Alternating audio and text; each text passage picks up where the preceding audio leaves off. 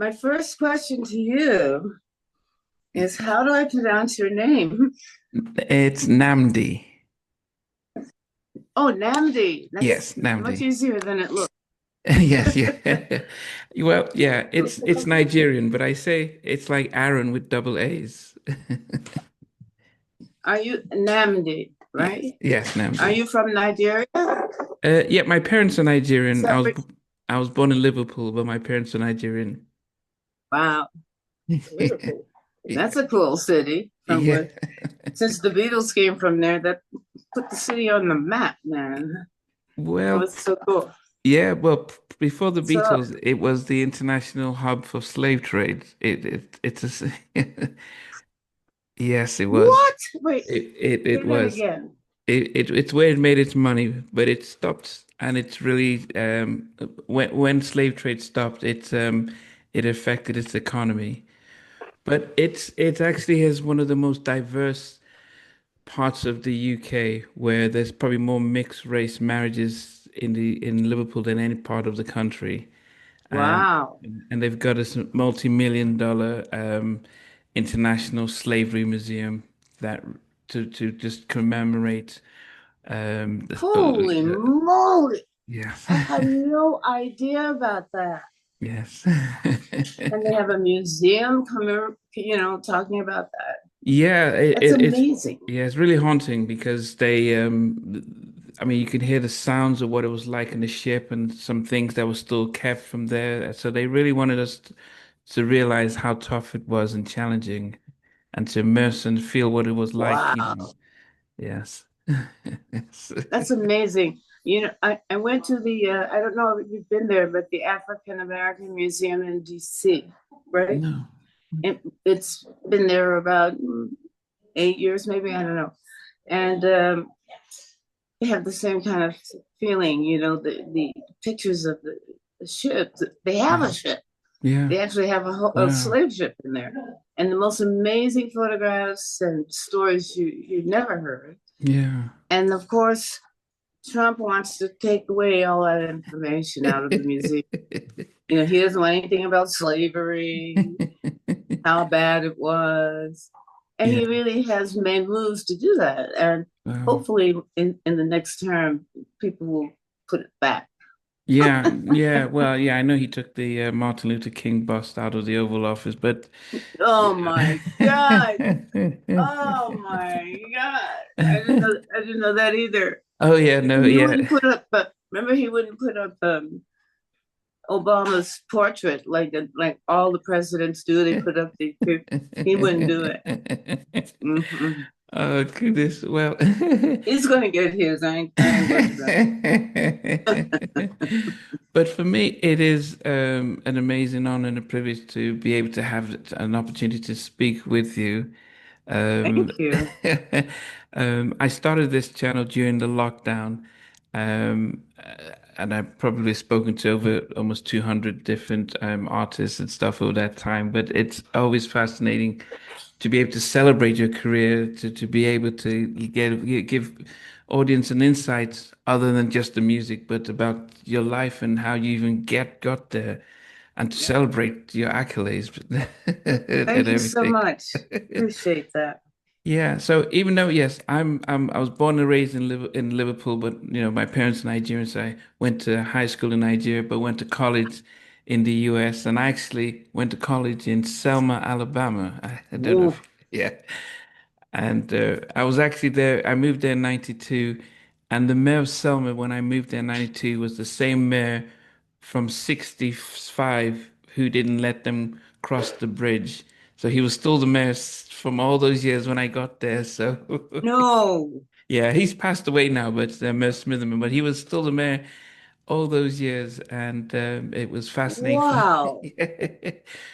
yeah, it was divide and conquer. So when maybe the black population would put up a black um, candidate, they would bring up their own little stews to sort of split the votes, and he'll keep winning. But yes, that's Selma. It was a beautiful city, though, but a few town. Unbelievable. Yes, yes, Quite a history. part of history. Hmm. But I always start off with we have an international audience. Where were you? born and raised? in Brooklyn, New York, for, Okay. for my first 12 years. And then I moved to Canada, Ah, which was an amazing experience, eye-opening experience about all kinds of things. Mostly, the racial situation in Canada was much better than no. in Brooklyn. Oh my goodness. Well, they didn't have many black people, so they didn't know what the big deal was. Why? But great people, wonderful country, and I learned all my musical knowledge in Canada. Although I was listening to all kinds of music internationally, but that's where I really met musical minds that helped me progress. Yeah. I mean, New York, whether it's Brooklyn, Harlem, the Bronx, Queens, it was just such an eclectic place where black music and culture immersed. Leaving that at 12 to move to Canada, was that hard for you? Did you? It was wonderful for Oh, me wow. because it was kind of a culture shock because I wasn't used to being around white people at all. Because Oh, in Brooklyn, if you were black, you just stayed with the black people because there wasn't it's really, integration. yeah, it wasn't really good. But there, it was really good. Either I became like a spectacle, like everybody thought I should sing and dance because I was black, because that was their experience, right? And I was so mad that I liked to sing and dance because I was fulfilling their, projection of me. And but it all worked out good. Wow. I think that explains most of your music, the choices, well, what we heard from you. But in Canada, the was the music scene as a child different? Were you able to, most R&B artists, I always hear them talking about singing in the church and then, and Baptist Right. church and stuff. What was that experience for you to get into music, just learn music in Canada, the 12-year-old? Well, music wasn't a big thing when I was a young person. It was a big thing as a listener. I Yeah. loved listening to the music, but we were always listening to American radio stations if we could Uh, get them on our little radios because they were playing R&B and that's what we wanted to hear. okay. And but there were some musical minds that I met in Canada that really helped shaped me. And I had a lot of magic happening because like the day I left high school, I went to this club in Hamilton, Ontario. There were three girls singing called the Tiaras, and my girlfriend and I, wanted to see them. So, and they were from Toronto, which is a much bigger city. Mm. So we went down there, and we had no money. I was hanging at the back door, and this guy walks out, and there's a few people standing in the back door. He walks right up to me and he says, "Do you sing?" And I said, "Yes." But in my mind, I'm saying, "What? What is this?" He says, "Well, one of the girls in our group is leaving and we may need a replacement. Right? Would you be interested?" And you can come in and see the show. So that's how we got in. They were fantastic. And I thought I had a job. So, a few weeks later, I went to Toronto with my suitcase and everything. No place to stay, and I come in to the rehearsal and they were like, "Whoa, this was in their minds. This is an audition, not you Oh, got the wow. job." But I didn't know that. So I just came in and I actually got the job. Oh, goodness. Oh, goodness. And it's a Wow. good thing because I was so blind to the reality of what could happen in a situation like that. But I had such good people around me. What did your parents think when you said you're going from Ontario to Toronto for a job? Oh, well, I was out of school by then. So they Okay. couldn't really say much to me. Wow, wow, wow. But my dad's a singer, so he Okay. understood. My mom's a singer and songwriter. That's where I learned about songwriting. And I thought all moms, when I was little, I thought all moms wrote songs because mine did. Wow. But when I went to school, I said, "Does your mommy write songs?" And they were like, "No." But I had a good upbringing. I had a lot of music in my house, a lot, between Wow. my mom and dad, even after they divorced. Okay. In both their houses, there was so much music that it inspired me as a kid, you know? Was it ever part of your plan to follow their footsteps, or did you have any other ambitions when you were before in high school? I didn't really see myself as following their steps, footsteps. I saw myself as fulfilling my my mission. Oh, wow. Not as a child, but I knew I had to do music. Wow. That's the only thing I was interested in, really. I Wow. was I was I was passionate. Like my dad played me this song when I was about 9 years old by Count Basie and his orchestra called April in Paris. Hmm. It's a classic. If you've never heard it, please look it up. And it's a live version, April in Paris. It's a mind blowing thing. And I kept asking him, "Dad, play it again." "Dad, play it again." I was so into it. Now I see why. Because I had music in me, Mm. but I didn't know I did. I had it. I just felt it. Wow. Play it again. I was 9. So Wow. a great inspiration. Yeah. I mean, you said your mum, did you learn how to write from your mum, or did your mum model the gift of writing?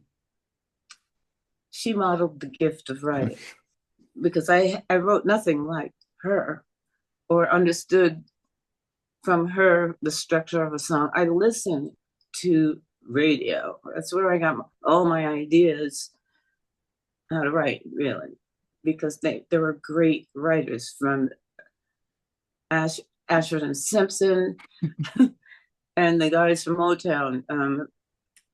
Come on. Oh, oh, those, yeah. Yes, Holland Oh, Dozier and yeah. Holland, right? Yeah. Yeah. Brilliant. They wrote so many hits. And the Beatles, of course, were huge. Yeah. So Lennon and this, McCarthy. Yeah. and so I had the best teachers, No. and my ears were open. As a writer, your ears should be open to everything that appeals to you. But is it because I've spoken to other writers, Melvin Riley Jr. from Ready for the World, or Timmy Gatlin, who started Guy, and they see they talk about it as a gift where they can just be sitting down and all of a sudden the lyrics are coming and it's like, oh my goodness, and this right, it's not like they're like and they're thinking what word could be. It was just almost like it's downloaded and they just catch it and write. Absolutely, absolutely. I feel the exact same way. Like my first hit song was called "So Good, So Right," right? And I had a dinner party one night, Mm. and I was washing dishes after the dinner. The song is haunting. I'm like, "So good, so right." And I was singing it, washing the dishes. I stopped washing the dishes, went into the living room where my dinner guests were still relaxing, sat down at the piano, which I never did in front of people, and wrote that song. I wrote that song because Wow. I knew if you get an idea like that you that you, like it's different and it's wonderful, you have to pay attention. You have to get up whenever you're doing and get to it, or sing it in your phone, or Mm. whatever it is. Wow. Goodness. Was your mom any different? How was her gifting the how when of writing? I was really too young to analyze how she did it. I just knew that she did it. And just that mere thought was a big release for me because if she could do it, I can do it. I wasn't Okay. even thinking about her really. It was already in me. It's Yeah. the music, it calls you. And that's what it did to me. I was called to music. That's how I feel. Wow. Yeah. So I was wondering what came easier for you, writing songs or interpreting them with your voice, singing? Good question. Uh, I learned to sing from learning to play the piano, because when I was playing the piano, I wasn't really thinking about my voice. I was just singing. And then I would discover these things that I was doing vocally that I didn't even know I could do, because my mind wasn't here. It was here on the Mm, keyboard. And that helped a lot to help me learn my own style, mm. because I started realizing, oh, the style. But I just loved it so much. Loved it. Yeah. When you decided to go, probably sign with A&M and decide to go solo, your style of music was especially coming from Brooklyn and being African American. Was there no passion to do go into the R&B, Aretha Franklin and all, and then that because you mentioned Motown, or how did you just how did the music direct you to the sort of pop rock song direction you went into? Well, I was just doing what I was immersed in musically, Mm, from listening to all these different styles of music, and what came out was just a conclusion of what I understood about the music. And so I didn't know. As a matter of fact, I went into one of the record companies when I was looking for my first record deal. And he was a black gentleman running a company. And I walked in his office and I said, well, I would like a record deal, but I'm not R&B. And he said, right? You're even laughing. He said, honey, you black, you R&B. And I went, oh, okay. I didn't had no I had no idea that they classified it so Yeah. strictly. But but I always felt the R&B. If you feel my music, there's R&B in it. It's just a fusion of things. So Yeah, but because I think during the mid late 70s, mid 80s, even there was you could hear something from Elton John that would sound similar to what Stevie was doing. There was even what Lionel was doing. There was a sense of actually everyone can access it. It wasn't it didn't feel like just black music. It felt like music that anyone can enjoy. But then again, I wonder if because being African American, they would say, yeah, but we need to keep you on black radio. So, and because we don't think your audience would appreciate you singing popular music. How were you able to be able to, because you said the music was you know in what's you. funny? Sorry, go ahead. A funny story about that, because my first song, So Good So Right, I was talking about Mm. before, had a gentleman named Freddie Mancuso who had a demo of my song. And he went and played it for all these radio people in the country, but they didn't know if I was black or white. Ah, They didn't assume I was black. They just assumed I was white because it wasn't like heavy R&B, yeah, right? yeah, yeah. So all those white stations started playing So Good So Right, and then the black stations were like, when they found out who I was, they were like, "Oh, wait a minute, she's ours." So they started playing it, and it was a beautiful thing, because it just proves none of that really matters. It's Mm. about what it sounds like, how it makes you feel, and people feel good listening to that. Yeah, but the guy who did Do for Love, he escapes me for now. What You Want to Do for Love. He put his album Bobby cover, Caldwell, Bobby Caldwell, you're talking yes. about? Yes, that was him. He had a silhouette of him sitting on a bench, so no one knew if he was black or white. But the R&B stations play Right. thinking, yeah, he's one of us. But it goes Yeah. to show that music is music. But if they'd seen him being Thank you. white, they would have just rejected, said, nope, he's trying to Yeah, copy us.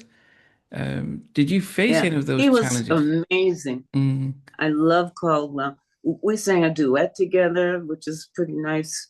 And he was just a beautiful voice. I loved his voice, you know. yeah. Mhm. Did you And face and a any? writer. Okay, and right, yeah, yeah. But Yeah, I he was wondering wrote if you. What You Won't Do. Oh, sorry. Go Sorry, ahead. you this is the fun with delay. Go ahead, dear. I was wondering. No, you were saying the your his soulful voice, and you guys you did the duet together. Yes, we did. We loved each other. And I don't mean a romance Yeah, love, it yeah, was a musical love. And we had this great fun recording this song, which I can't remember the title right now. But yeah. No, and but let me see, Bobby. Let me see if we can.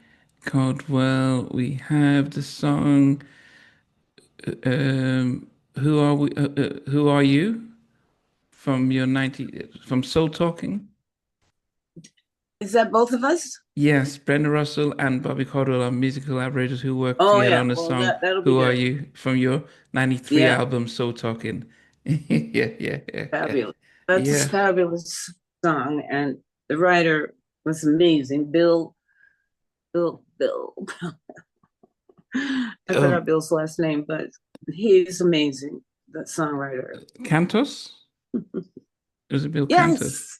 Thank you, my friend. Yeah. Thank Yeah. you. Yeah. But I Wonderful writer. wonderful. When he wrote that song and I heard it on the radio and I was like, okay, I have to find out who wrote it because I have to sing this, you know. Wow. It became a song. Wow.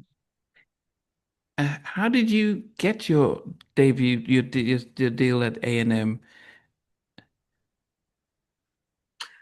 I think I manifested it because my dream was to be on the same label as Carole King, who was a fantastic Wow. female songwriter on unbelievable songs. Mm. And I loved where she was coming from, and I wanted to be at a company that appreciated her. So my manager at the time was a young lady named Brenda Dash. And she said, all right. I said, who do you think will take me as an artist? What label? And she said, oh, no. Now who will take you? Who do you want? Wow. Make a list of who you want, not who will take you. That's where Wow. she came from, right? And I was like, oh, okay. So I made my little list, and A&M was at the top of my list, right? The first three labels we had business with, talking to, what the Bee Gees wanted to work with me, and Wonder wanted to work with me producing my project. But it was just magic because I made it happen. Even when I called the label and they said, oh, we're not signing women at this time. I was like, oh, okay. And then I had to go another way. But I manifested that. Wow. We can manifest things we want if we put the power of thought and intent into what we want. Mm. But how did they change their mind then if they said, well, we're not sending Because I women? went to how did that happen? We went, we went to a different level. We went to a higher level. And the gentleman who heard that was like, oh, yeah, we want her. And it was Tommy LaPuma, um, Al Schmidt. Tommy LaPuma was running Horizon Records for A&M, for Herb Alpert. And they heard my demos and they were like, yeah, we want her. So I ended up being on Horizon, but it was a subsidiary, Mm. can't even speak now, of A&M, right? Okay. So I had my dream come true. And they were unbelievable people. Tommy LaPuma is renowned as a producer. He's done so much. And Al Schmidt has more gold records than any engineer ever. Like he's amazing. So I got to work with, I think God put me with these people Yeah. that were brilliant people. I didn't even know enough to appreciate how brilliant they were. Mm. I was Yeah. thinking, oh, they're so nice and they get my stuff, you know.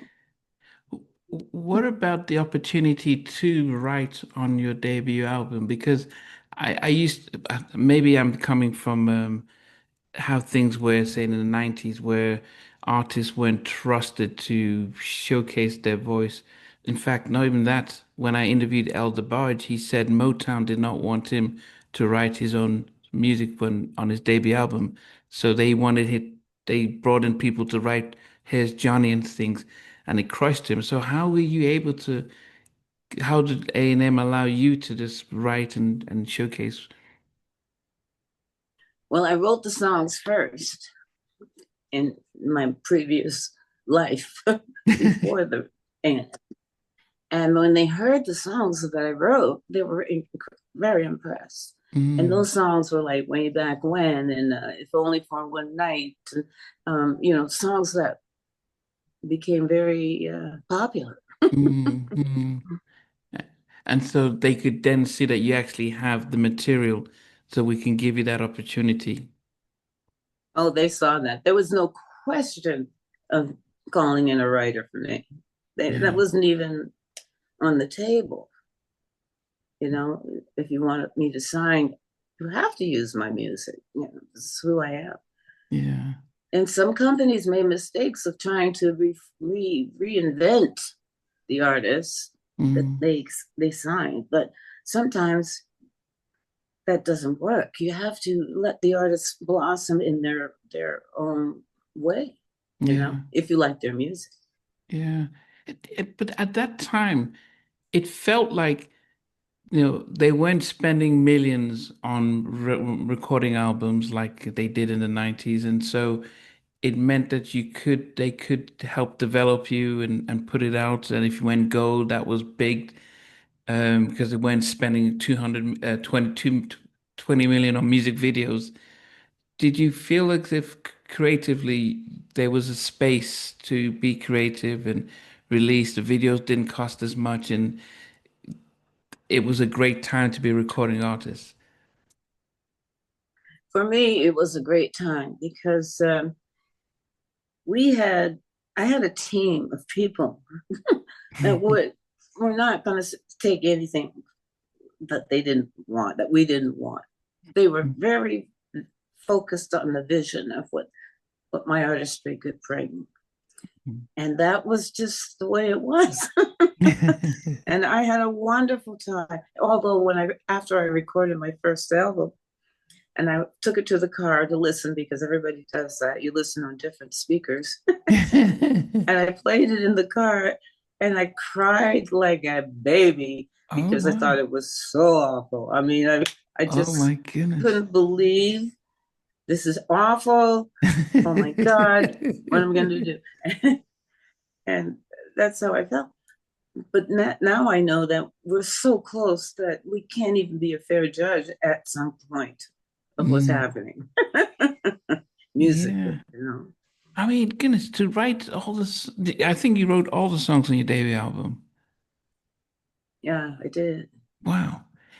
The it's impressive because they later on, and I wonder if because you were on, dare I say, a white label who said, let's trust you, because I think whether it's Motown, Philly International, there was very much of a, okay, we're going to shape you, we're writing everything and you just sing.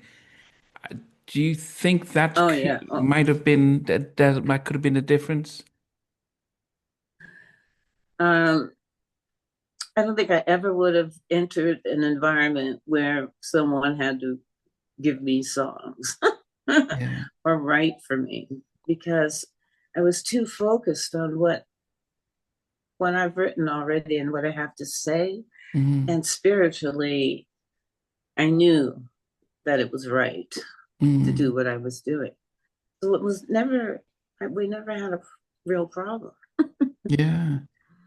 But it would have been a difference um if Gamble and Huff had you wrote the songs, but they produced it musically. I mean, so into soul. Would your lyrics have worked if an R&B soul, those soul producers like Gamble and Huff had done the production, or did it have to go into the direction in which it did? Um, I love Gamble and Huff, and it probably would have been a different experience and more funky, probably. But Mm. it wouldn't have been my expression Ah. in the music, and my expression is what we wanted to focus on. Who is this person, and what has she got to say musically? This is it, and that's how you should treat an artist. Like let them express what God gave them to do, basically. Yeah. I think like that, but Yeah. Um, did and did you get any with other female artists who were black at the time? Did they not say, "Hey, what are you doing singing white music? Or, come over here and do what we're doing"? Or how was that like I in those never, ins I never, ever encountered that. No one would ever call me doing white music, first of all, Mm, unless they didn't understand what I was doing. yeah. But all the black women that I knew that were performers, from the Pointer Sisters to Lisa Fisher to all these wonderful Layla Hathaway, they loved me. They never would have said anything like that because they loved what I do because it was Mm, different mm, than the main thing. I yeah. wasn't doing, when I came out, there was disco rama in the world, and I was not doing that, Mm, you know. And I stuck to what I knew I could do, and I communicated with a lot of people, you mm, know, and that's what I love. yeah. Yeah. And I advise that to any people that are trying to get their music out there. Believe in yourself and find people that believe in you Yeah. and work with that. At the time, how did the Brenda Russell debut album do for A&M? Well, I think it would have done better with more promotion. But at the time, Herb was having a big hit. He was on A&M, right? So all Mm, the focus went to Herb from everywhere in that building because he was wow. having his, what's that song? Da, da, da, da. It was a huge hit. And Irina, yes, okay, get that phone, please. Um, where were we? Yeah, Oh, yeah, yeah, the promotion of Brenda Russell album on A&M, oh yeah. yeah. If it had more promotion, it would have done better. But the feedback that I got from my musical peers was Mm, so wonderful. And plus fans, like, my song became popular first in DC mm. because I think they have a station there at a university there. Come on, Black University, Oh, WHUR, I Howard. think. Howard? Howard University. Yeah. They were playing my song. So anytime I meet people from that area, they're like, oh, because they heard so much of it, and they loved it so much, especially to the college students that were Mm. coming up to me. I really loved that. The how was your first tour then off of the album? How was that set up for you? And how did you feel? How did you like that? I can't even remember my first I'm tour. so okay. I'm so... It's like, what? Oh my God. Okay. But I've had some wonderful tours, and I went out with David Sanborn early on, and he was fantastic. It Yeah. was a great tour. Yeah. And some interesting people who, of course, I cannot think of right now, but I love touring because you're giving to the people just one on one, and I love that. Mm. And feel what they're giving back is beautiful. So How did your mum and dad feel when you did get signed to A&M and release your debut album? What was it like? Were they still in Canada or? Yep. Yeah, my stepmom and dad. My mom lived in Brooklyn still Okay. because they got divorced, but they were very happy. They were happy for me because they knew that was my dream, you know? Wow. Goodness, goodness. We can manifest. I say that to people because we need to believe more in the power of our brain, our Mm, thoughts, our energy. If yeah. we believe in that, it starts something new. Mm. Yeah, yeah, yes, yeah. I mean, we're creating beings, and so definitely it is even our words. I mean, if it's Yes. how those can manifest. I'm a psychotherapist, and Oh, when I work with parents, I tell them, they have to be careful what they say to their kids because absolutely. yeah, because it can manifest and actually yeah, it can be counter. Wow. That is so perfect that you say that. I believe that totally. We Yeah. have to be careful what we say to the little ones, you know. Yes, yes, I've learned a long time, yeah, even as a parent. But yes, I mean, it didn't take long, just probably about another 2 years. Then you went and did Love of Life, and again, pretty much wrote everything. Did you learn anything from the Brenda Russell debut album that when you did Love Life, you thought you may do differently? Well, after I did the first album, they wanted me to do the same thing again, like the same kind of song, and that wasn't even part of my thinking to repeat myself. But that happened a lot back in the day. You know, you make a song and then you make another song that kind of sounds like that. So you got a hit. Wow. But I was not even conscious of this concept. No. You know, where's my piano in the dark? Where's my solo? You know, but you can't anchor down your creativity like that. To me, you have to let it flow, whatever it is, Mm, whatever it comes out. But you have to believe you're getting something, and that comes from somewhere else, mm. from the ethers. Yeah, yeah, yeah. I mean, yeah, and I guess I think also when you are authentic and you're not chasing the hits or the viral moments, you grow a fan base who know what to get from you and start to learn from you and want that consistency. Other artists might say, "Oh, this looks popular. Let me go do some of this. Let me do some of that," and they're just chasing the hit record. But then, what do they have afterwards? Um, the one thing I didn't understand is that you had your first two albums with A&M, and then you go to Warner Brothers to do Two Eyes. Well, how did you? How did that? What happened? Well, Tommy LaPuma. Wow, that's weird. Tommy LaPuma decided to go to. I think he went to one. Yeah, Warner Oh my Brothers. God! It seems like Tommy was involved, but I popped up there, Yeah, yeah. and the president of the company was walking by me one day. The record had just come out, right, in Warner's, and he looked at me and he said, "You have nothing to worry about." And that's when I started worrying Oh, whoa.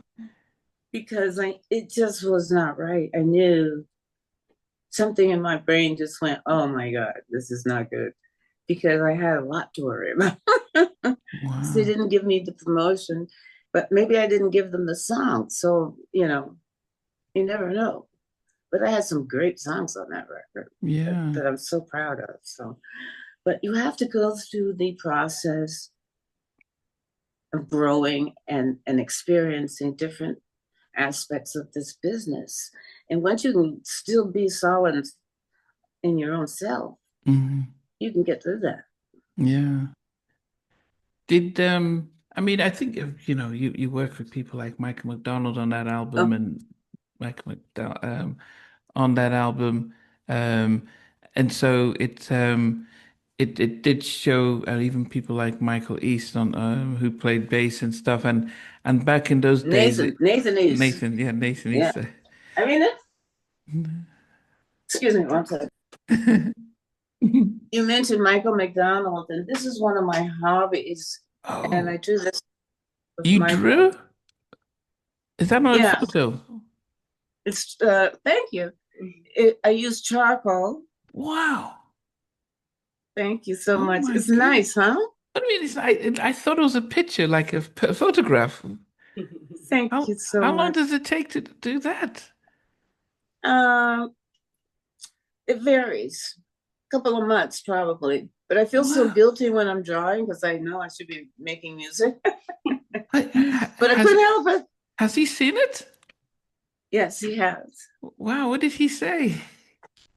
He liked it. And Wow. a few people that know him liked it very much. So Oh my goodness. That is when did you start drawing? I started in the 80s because this weird thing happened to me. This beautiful artist called me and said, I want to draw your picture. And I said, okay. I wasn't really into it, but she talked me into it. So she came over and she drew my picture. And at the end of that, she had paper and charcoal. She said, you should play. So she threw the paper and charcoal down for me. You should play, she said. And then she left. And I went, oh, I'm going to play now. Oh, So I started drawing. And when I was drawing these pictures, I was like, oh my God, who's doing that? And then I would run out of the room and peek back in at the easel, going, who is doing that? oh. I had no idea I had that talent, so vivid. You know what I'm saying? Even as a child, you weren't drawing or Oh yeah, I always drew as a kid, like all kids. But yes, in high school, early on when the Beatles came out, I drew pictures of a couple of the Beatles because I drew one and took it to school and I want one, I want one. You know, everybody wanted me to draw pictures for them. That was my first understanding that I could draw, but not seriously, because Mm, all kids do that.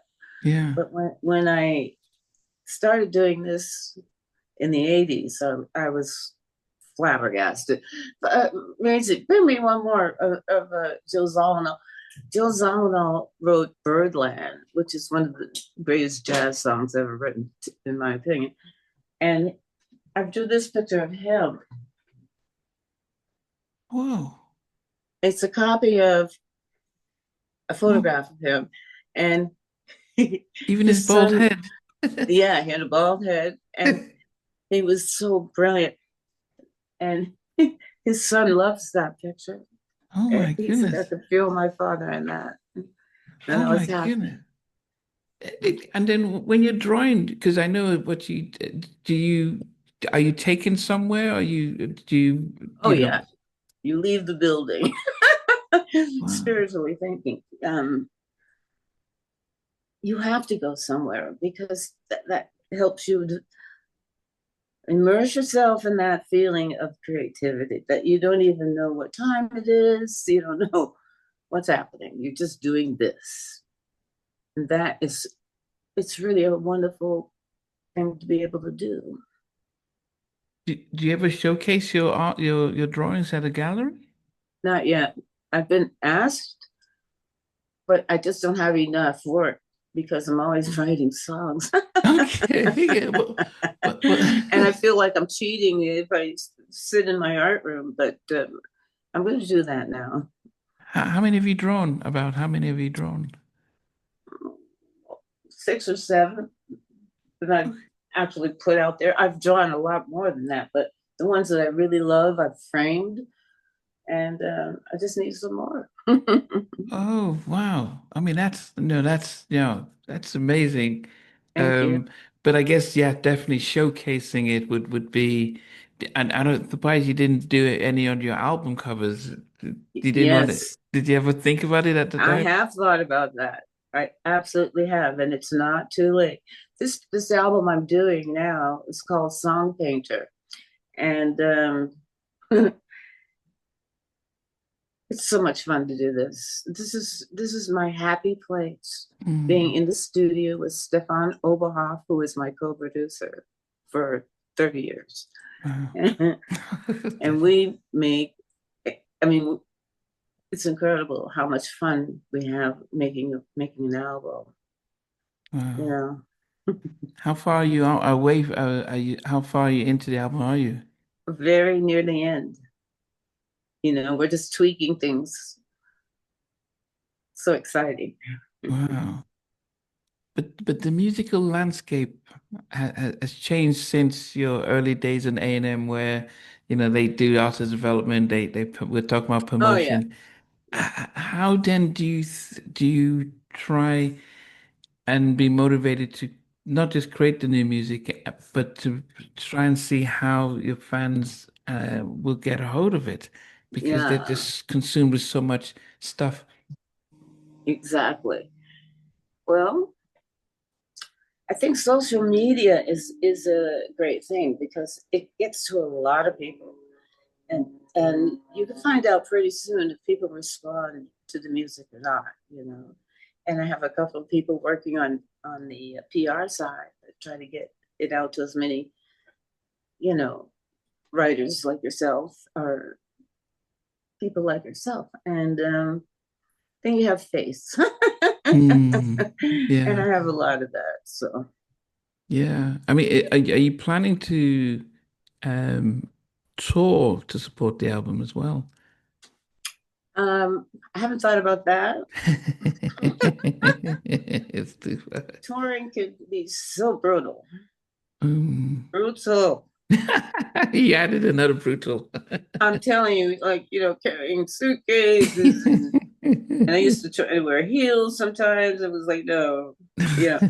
But, packing up after the show, and it's Uh, just a lot of work involved if you don't have help. yeah, yeah.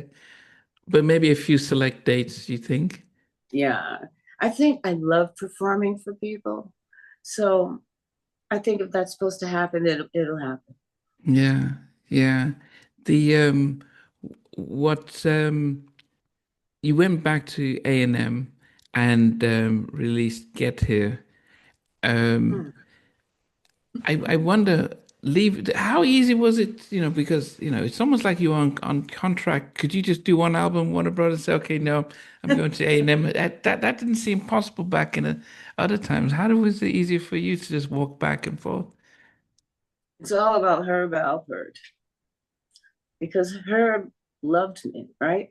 And Mm, so even though they let me go off the label, and he's the one who told me, then they wanted me back. He just wanted me back. And I was walking by his office one day when I returned. I had just done this whole record with Piano in the Dark, and they were going to put out a different single, not Piano in the Dark. So I was walking by his office. He's playing his horn, and he saw me, and he said, "Brenda, I have an idea. I don't think we should release Gravity as the single. Piano in the Dark should be the single." And I was like, "Yes, yes, sir. Yes, it should." So that's how it became a single. Because Herb, the number one guy, the A of A&M, said, "I think we should do this." And that changed my life. That walking by the office, just happenstance, synchronicity. It's amazing. wow. Did you agree with him on that, or did you have any objection as to what came first? Do you mean which song? Yeah, yeah. Did you think, yeah, okay, let's do that, or did you want Gravity, or did you want Get Out, No, Get Here? I always believed in Piano in the Dark. But when you're a writer like myself, who doesn't do the predictable thing, Mm, sometimes it's hard for everybody to get on board. yeah. But Herb was there. He said, "That's the song." And I, of course, agreed with him. I knew it was the best song. Mm, So that's what we put out. And we had so much feedback on that record. It was being played everywhere. yeah, yeah, yeah. I remember there And was, yeah, I it remember was listening. wonderful. I remember hearing it when, I think by '88, I'd relocated to Nigeria from Liverpool, and it Wow. was big in Nigeria as well. Wow. Yeah, Are so I you remember. Yeah, I serious? remember as a kid listening to it in Nigeria, and but at that time I didn't think, "Oh, how come I didn't? We were just listening to music, so it was no different than Elton John singing a song or Stevie Wonder. It just felt like just good music. I didn't. Yeah, There was no difference between you singing that and Anita Baker singing, "Giving You the Best That I Can." It just felt like it was music, and that's the idea. And I love that you said that because that's what it is. yeah. Were you Yeah. surprised how well the song did? I was happy how well it did. I was so happy because people loved it. I mean, my musician friends, who are pretty cool guys, loved it, so I knew I had something good there. Yeah, and that was the Grammy nominations and everything. But you Oh, said it yeah. changed the trajectory of your career? Oh, it definitely did because it opened many doors. And it's so funny when I have two co-writers on that song, Jeff Hall and Scott Cutler, and they sent me this track of the music, right? They said, "We need lyrics for this." I said, "Okay." So I used to keep a book of titles of, that come to me, right? Okay. So they called me in 2 days and said, "What have you got?" And I said, "Okay, just a minute." And I picked up my book, flipped it open, and I saw Piano in the Dark. And I had heard the song, which was beautiful. So I kind of felt like that. I said, "What about Piano in the Dark?" And they said, "What does that mean?" And I said, "I don't know, but I'll figure it out." Oh, wow. And I did. So once you have the title, then you can start thinking about what that means and then write to it. Absolutely. A good title, the song is within it in a certain way. Like if you have a great title that you love, Mm, work on that and the song will come to you out of that lyric, out of that title. mm, Even out of phonetics. Like I wrote a song about Al Jarreau, which I love very much. And I was just singing phonetics, like the just not real words. And when I played it about 8 years later after I wrote it, and I put it, and I said, "It sounds like I'm saying Jarreau." mm. Oh, that's cool. So I write this whole song about Al Jarreau. Then Wow. I call Al Jarreau and As you I say, do. you got to get over here and hear this now." He said, "Okay." He didn't live far from me. So he Okay. came over. I put the headset on him and played the song. And as he was listening, I didn't tell him what it was. He thought it was a song I wanted him to sing. Okay. So I didn't tell him. But he's sitting there, and when he heard his name, Jerome, tears came down his face. Wow. And that was one of the most amazing moments I've ever had with Al. I mean, Wow. he cried. And then he played it every time he did a concert. While the people were walking in, he would play it on air. Oh So my goodness. isn't that cool? Yes. It's amazing what you said about the title because I think I remember when I used to do ministry and sometimes you just get a title of a sermon and then all of a sudden the whole thing comes up, but you need to know what the title is and then you can build upon it. So I can imagine what it's Abs- like as a songwriter. the same thing. It's the same thing. Yeah.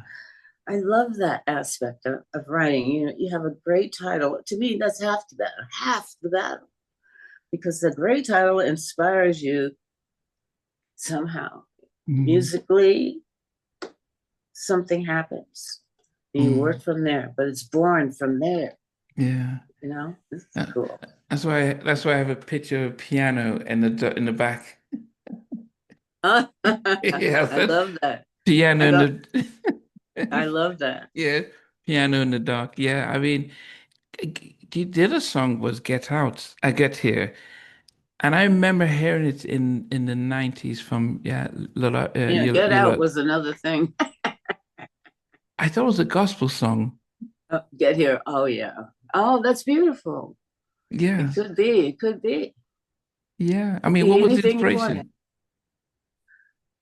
You were asking me the inspiration Yes. for Get Here? Lovely story. I went to Sweden because they asked me to come there. They asked me, they found me and said, we want you to come to this TV show. My record company was like, oh no, we have other artists you can use, right? And they're like, no, we want Brenda. So eventually I went to do this show there. And then I was falling in love with the city of Stockholm. Mm, So incredible. And I had a wonderful penthouse looking over the city. wow. And I had a keyboard that I put in the in this, what do you call those round turrets, or like it's sort of round. It's Okay. not all the way round, but you can put a keyboard in there. Window is looking out, and I looked out on the most amazing view, and I started writing Get Here, and it just came so easily because I was writing about a person I did not know, Mm, and I was writing about a person that I wanted to come into my life, you know. So, and when looking out there, you could see the hot air balloons and different things I say in that song just came to me just visually, great visual. wow. My goodness. Then did you because when Yolanda Adams covered it, that's when I because the way she sang it more gospelish, gospely. How did you feel? What did you feel about her interpretation of it? Well, my publisher phoned me one day and said, "We have a someone covered your song, Olita Adams, and you want to hear it?" I said, "Yes." So she played it over the phone to me, and I cried like a baby. It was so awesome. I was like, "Oh my God." I loved her voice and her Mm, interpretation. Love her. wow. So I was very happy. And a lot of people love that song. I'm so impressed by that. Yeah. Yeah, yeah. Because, and I remember American Idol when it was in its heyday. That so many times, some of the contestants would sing it as well, just because it just feels that it's a connecting song. Yes. Um, I guess I wondered when you think of your dual career as a songwriter and a recording artist, which are you more proud of? I'm proud of both I know, because I know. it's a gift. Yeah. I feel it's a gift that I'm lucky to have, and I'm grateful for it. It's so rewarding and it's healing. Music Mm. heals people, Yeah, yeah. you know. It's a fact. Like you Mm. could be sitting there in a bad mood and this great song comes on and you're up dancing. What happened? Yeah, The yeah. music happened. Mm. Yeah. I mean, even biblically, Yes. um, King David, well, he wasn't King David, he was David singing to Saul, and Saul will get delivered from his evil spirit just when David was playing the harp. So Wow. it is in the in the Bible where just It's him healing. playing cured and delivered, and so there's a massive power. But I don't think many recording artists, well, some do know that music has some healing and stuff, but Oh many yeah. don't. Yeah, many don't. But There's no especially, doubt about it, in my opinion, that it heals. mm, That's why people go crazy sometimes for the good music, because they feel so good about it. yeah. Yeah, and then you also were recording music when you had live good musicians playing, not just an electronic synth and stuff. You were actually people Yeah. who actually brought their talents to make it very rich. I was fortunate enough to have some of the baddest music studio musicians in LA play on my album. I didn't even know half of Total played on my first. Wow. Oh, wow. I met them so long ago. and they were so wonderful. And I'm just really grateful for the people I've been able to work with because they're the best, and I love it. How did you get involved with the color purple? Well, my co-writers. Let me show you this picture. My co-writers.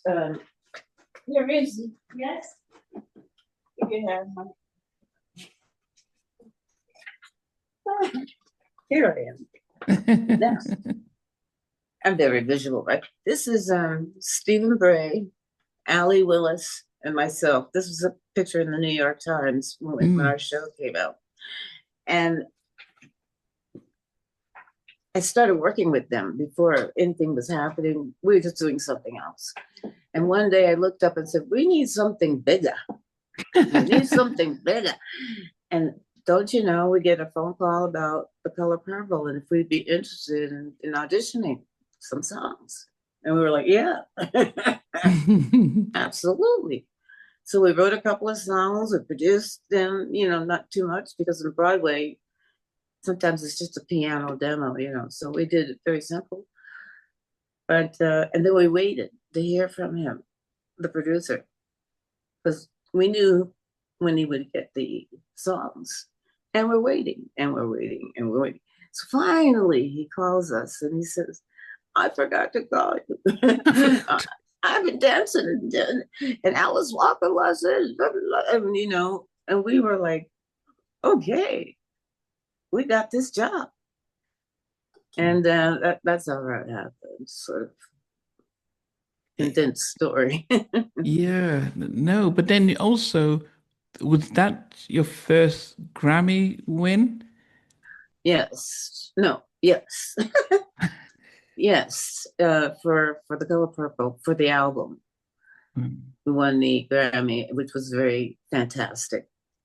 But we had such good people on it, and what else? Yeah. I mean, did you? Because I was a massive fan of what Quincy Jones did in on the original film, Spielberg film with Whoopi Goldberg. It is my I think it's my th second favorite movie of all time after Schindler's List, and uh, it's just the emotional. It's the story of redemption. yes, Danny Glover's character, after Mister redeeming himself and then sisters reunite. It's always I always in tears when they're doing their yes. stuff at the end. Do you listen to what Quincy did and the movie when you're thinking about songs for the show, the play? Not at all. We knew it had to be originals, so Mm, that's what we were focused on. But we did watch the movie for, the storyline mm. and how we would express certain characters. And I would sit down at the piano and go, okay, God, what do you want this guy to sing? Wow. Because I always go up first to get the idea, inspiration for what to play. And I Mm. start playing, and Allie is going, that's it. She was amazing. And Stephen would be there doing his thing, and we would create this beautiful music together. And when it was really good, I'd have a group hug with them. Wow. I would Wow. force them. Group hug. And then also did you get involved with the movie when they was the recording the songs and the Oh, um, I did not because us writers, although Allie did pass away, unfortunately, before the movie was made, and crushing event that was. But I forgot your question. Sorry. yeah, no, whether you got involved with the when the recording of the movie Oh yeah, and the they song.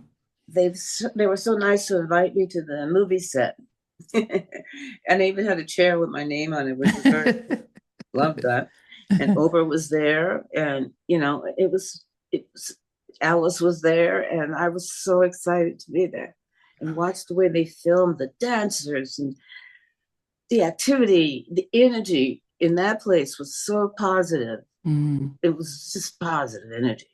And yeah. anytime Oprah said something, everything stopped. and and what did she say? What did she want? She was the main focus that day.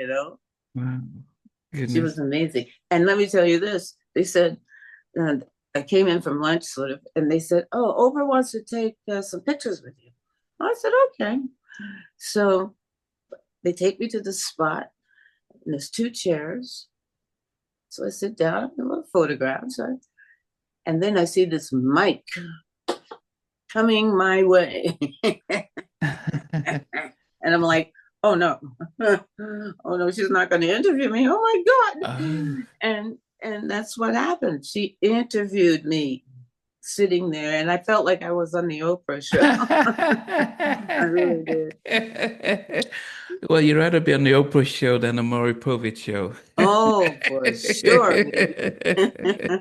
It was so fun. Oh, but w- because you've known to be writing your own songs for such a long time, what was the difference with having co-writers as opposed to just you doing it all by yourself? I love co-writing if it Hmm. works. And oh, you mean to the show, like writing the show? Is that what you're Well, yeah, talking? when you did the Color Purple, you Yeah. said, yeah, you showed me the other Oh, two yeah. who co-wrote with you, and I wondered why you couldn't have done it by yourself. Oh, no, no, no. It couldn't have done it by myself.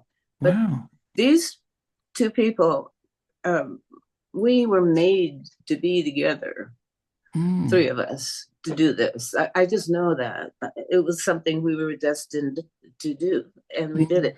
We were such good friends. It was so easy to deal with that. And there was a Wow. lot of stuff coming at us, and a lot of people auditioned that were pretty good people, but they chose us. I, and I think maybe I've had to interview a lot of artists who came out in the 90s, R&B, Yes. and they fell victim to losing publishing and being signed to production deals, so they really didn't make any money. Mm. And so there was this era of greed and where people, if you write a song, you didn't want to share your publishing with anyone. You wanted to keep it all by yourself.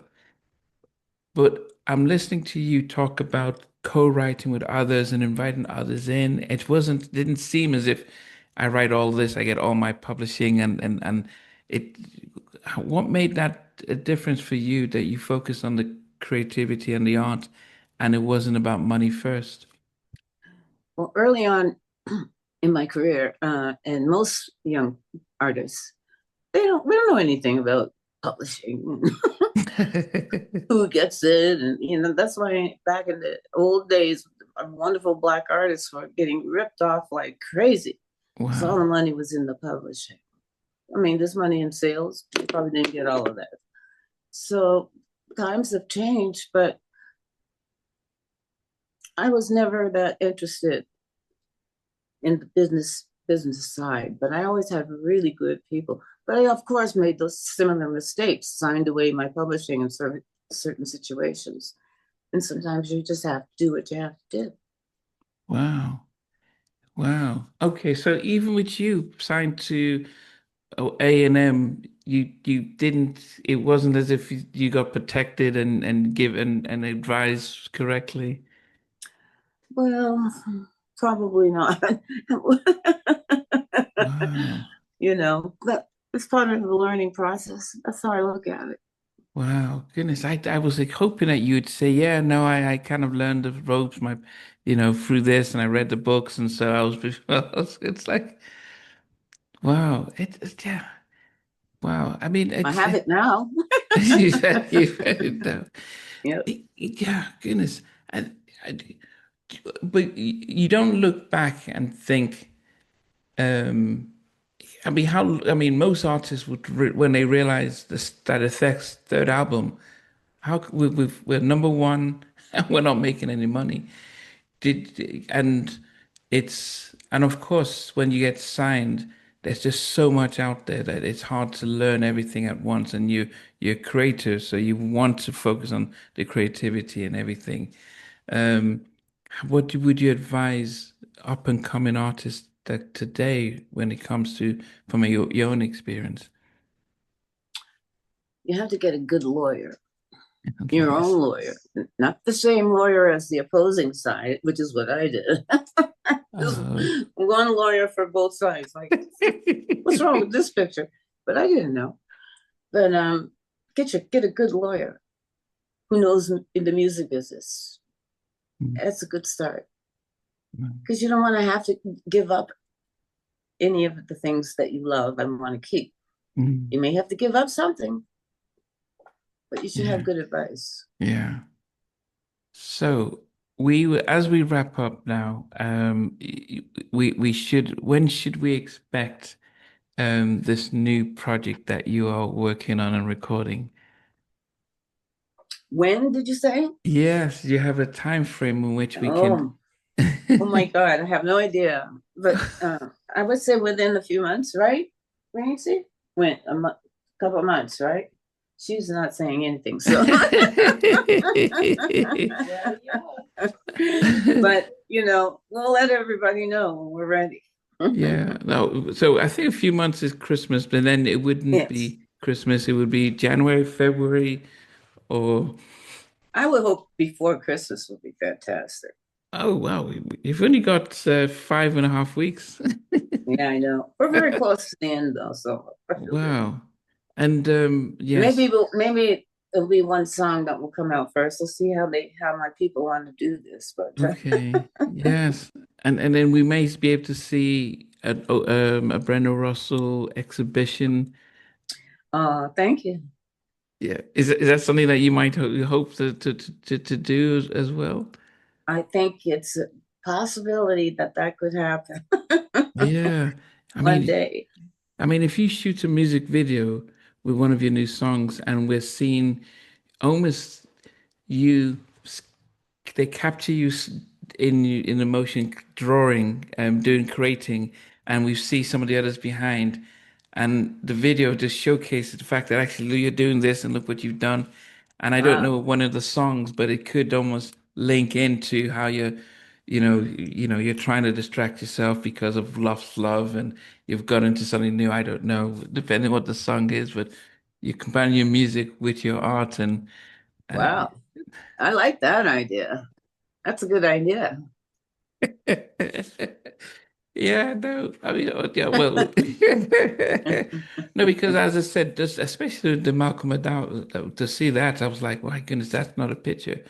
But I think people would be very surprised that you can draw so well, Thank and you. be able to showcase that talent in your music would be awesome. I Yes. like the idea very much. Now, thank Okay. you.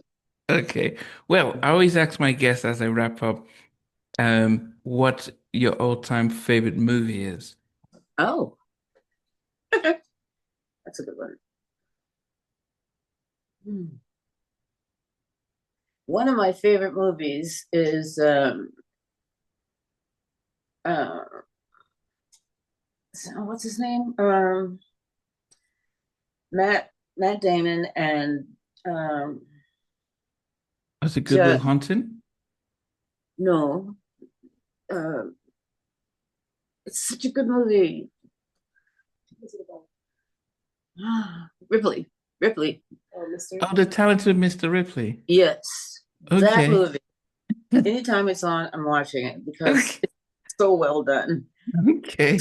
It's one of my favorites. Yes. Okay.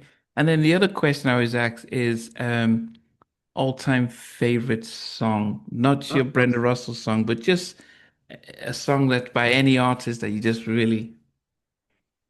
I really love After the Love Is Gone by Earth, Wind and Fire because That's a song I wish I had written.